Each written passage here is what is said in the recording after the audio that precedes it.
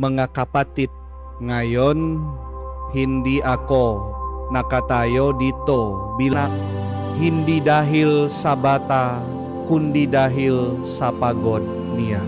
Isang mag-asawa, nag-away, hindi dahil sa maliit na bagay, kundi dahil sa naipon na galit. Isang tao online, nag-comment ng masasakit na salita na parang hindi na tao ang kausap. Mga kapatid, ang galit na hindi naintindihan nagiging mapanira. At sa mundong puno ng tensyon ngayon, krisis, kahirapan, digmaan, takot sa kinabukasan, parang lahat tayo mas madaling makalit, mas mabilis sumabog. At ikatlo, ang pinakatahimik, unit pinakamabigat, ang wanzingan, ang samang loob. Ito na ang kalit na hindi na sumisika, pero hindi rin nawawala. Ito ang galit na naninirahan sa puso, hindi ka na sumisika, pero hindi ka na rin marunong magmahal ng buo. Ngumingiti ka, pero may bigat sa loob. Nakikipag-usap ka, pero may distansya na. Ito ang galit na nagiging kapaitan. Lamig NG puso, paglayo sa ibang tao, at minsan hati sa Diyos. May mga taong-taon na ang lumipas, pero dala pa rin ang sama ng loob sa magulang, sa kapatid, sa dating kaibigan, sa sarili nila. At ang pinakamasakit, sila mismo ang nahihirapan, pero hindi nila kayang bitawan. Mga kapatid, ganito ang galit. Nagsisimula sa maliit, sumasabog sa malakas, at nagtatapos sa tahimik na pagkasira. Kung hindi natin haharapin ang init, maabot natin ang pause po. At kung hindi pa rin natin haharapin, dadalhin natin ang bigat habang buhay. Kaya ngayon, hinihiling ko sa inyo, huwag ninyong maliitin ang maliliit na init sa puso ninyo. Huwag ninyong hayaw ang kapayapaan mo. Mga kapatid, kaya hindi ko sinasabi sa inyo na huwag kayong makaramdam. Hindi ko rin sinasabi na itago ninyo ang galit ninyo. Ang sinasabi ko ay ito, damhin ninyo, pero huwag ninyong hayaang kumalat. Kilalanin ninyo, pero huwag ninyong pakainin. Harapin ninyo bago pa ito sumabog. Dahil kung hindi, ang maliit na kirot ngayon, ang maliit na inis ngayon, magiging isang apoy na sisira hindi lang ng relasyon, kundi na anyong sariling puso. At tandaan ninyo ito, mga kapatid, ang galit na hindi pinakikinggan, sumisika. At kapag ito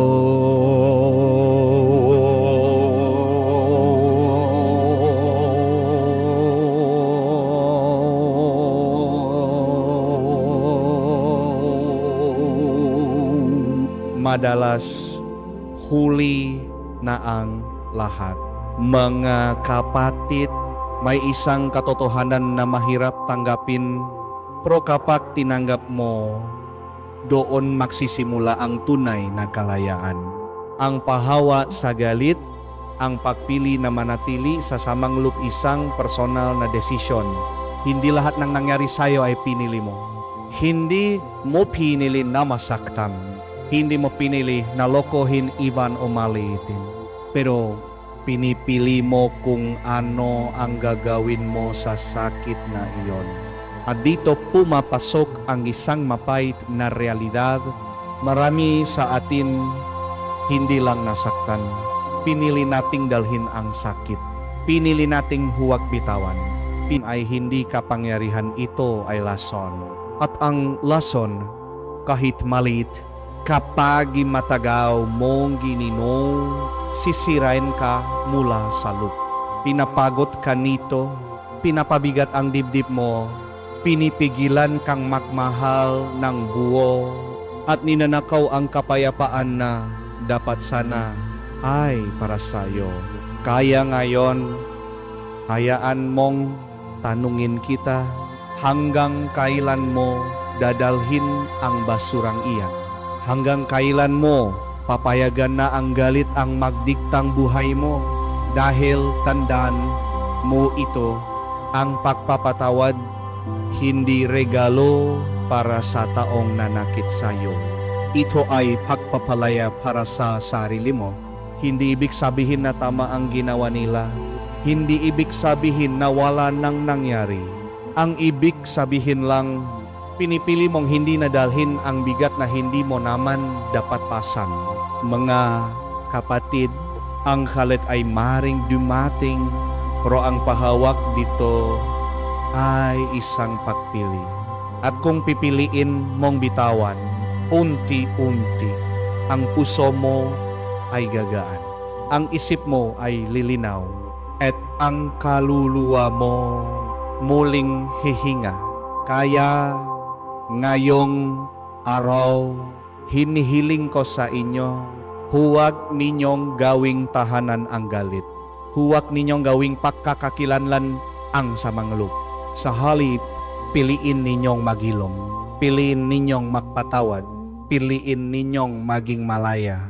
Dahil ang taong marunong bumitaw, hindi mahina, siya ala-ala na hindi mo makalimutan. At dahil hindi mo ito binitiwan, araw-araw kasama mo siya. Sa pakising mo, nandun siya. Sa pagtulog mo, dala mo siya. Hindi na siya naksasalita sa iyo, pero naksasalita pa rin siya sa loob mo. Hindi na siya nandiyan sa buhay mo, pero hawak ka pa rin niya. Mga kapatid, bakit mo papayagan iyon? Bakit mo hahaya pagkatapos uminit ang puso mo? Hanggang sa isang araw, napapansin mong mas mapilis ka nang manghusga kaysa umunawa. Mas madali ka nang lumayo kaysa magpatawad. Mas madali ka nang manahimik kaysa magmahal. At doon, unti-unting lumalamig ang puso. Mga kapatid, ang galit kapag hinayaan, hindi lang sisira ne relasyon, babaguhin nito ang puso mo. At ang pinakamasakit, hindi mo namamalayan nararamdaman, kundi dahil pinipili nilang umunawa bago humusga. Sa halip na agad sumagot, nakikinig muna. Sa halip na magtanggol, agad nagtatanong muna. Sa halip na magalit, sinusubukang makita ang puso ng kabila. At mahirap ito dahil minsan ikaw ang unang magpapakumbaba. Minsan ikaw ang unang lalapit. Minsan ikaw ang unang magsasabing pasensya na kahit hindi ikaw ang nagsimula. Pero mga kapatid, dun nagsisimula ang tunay na kapayapaan. Hindi sa kawalan ng conflict, kundi sa presensya ng pag-unawa. Sa mundong punong sigawan, making taong marunong makinah. Sa mundong punong galit, maging taong marunong magmahal. Sa mundong gustong gimanalo sa argumento, maging taong handang magilom ng relasyon.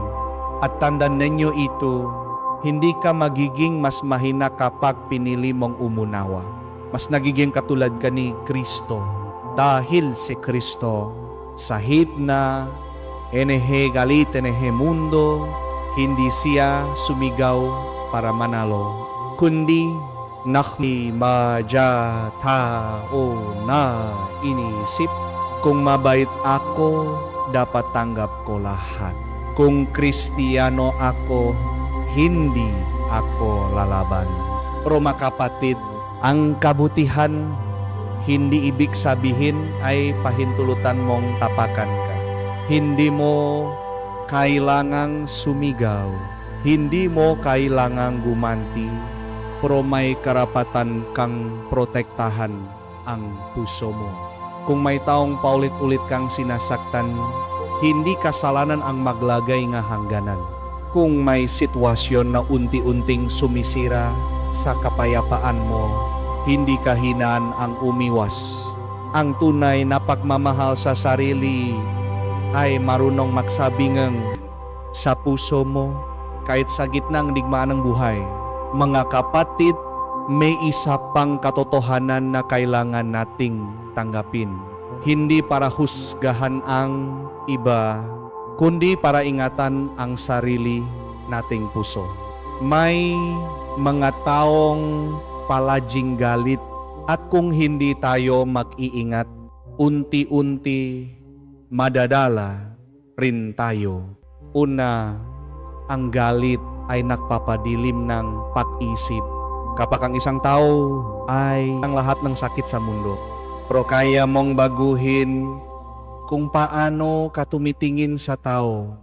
At doon nagsisimula ang tunay na kalayaan.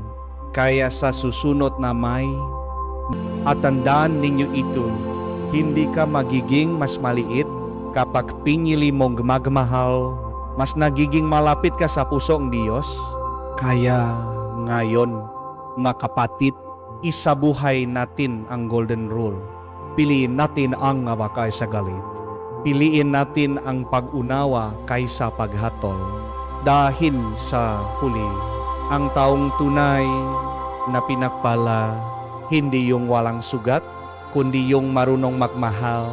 Kahit sugatan, marunong umunawa. Kahit hindi naunawan, at marunong magpatawad. Kahit mahirap.